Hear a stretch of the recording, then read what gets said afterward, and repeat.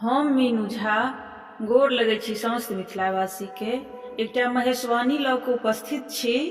कोशिश करै छी अपने लोकनि के नीक लागे। धन्यवाद। जय मिथिला, जय मैथिली। बसहा चढ़ल शिव डमरू बजाबथि,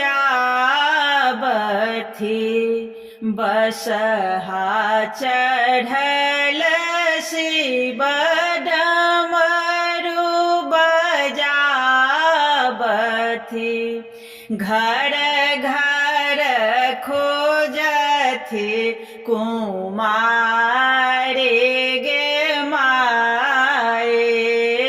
घर घर खोजथि कुमारी गे माए।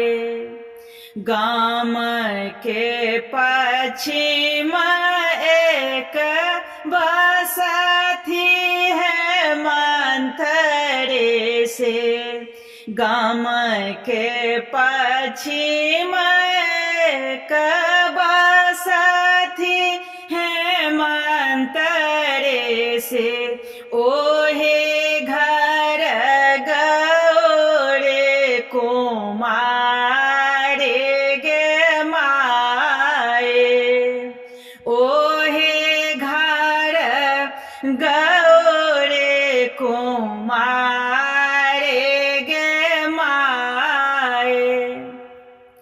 परिछय चलले माए मनाएन, परिछय चलले माए मनाएन। वर देखी खसले झमाए गे माए। वर देखी खसले झमाए गे माए।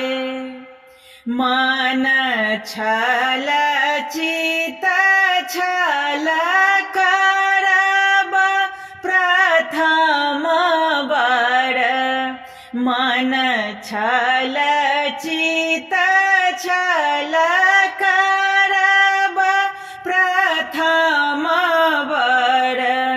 भगेल बूढ़बा भिखारी गे माए। भगेल बूढ़बा भिखारी गे माए।